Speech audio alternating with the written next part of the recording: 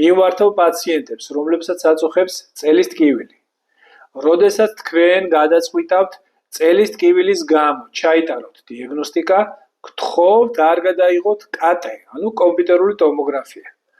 აღნიშნულ კვლევის დროს ეს ექიმისთვის არ არის ინფორმატიული, რამე თუ კატ კვლევისას არ ჩანს რბილი ქსოვილი, არ ჩანს თიაქარი, არ ჩანს ნერვიული წნული, არ ჩანს ნერვიული წნულის მიჭყლეტა, ანუ კომპრესია. რაც შეეხება MRT კვლევას, გაიკეთეთ MRT კვლევა ტკივილების დროს. რამე თუ MRT კვლევისას ჩანს თიაქარიც, ჩანს პროტრუზიაც, ასევე ნერვის მიჭყლეტაც, ანთებითი პროცესიც და ასე შემდეგ. კარგი დიაგნოსტიკა არის საფუძველი კარგი და კვალიფიციური მკურნალობისა. გადაიღეთ MRT, რათა დაისვას ზუსტი დიაგნოზი, რათა მკურნალობა იყოს ხარისხიანი.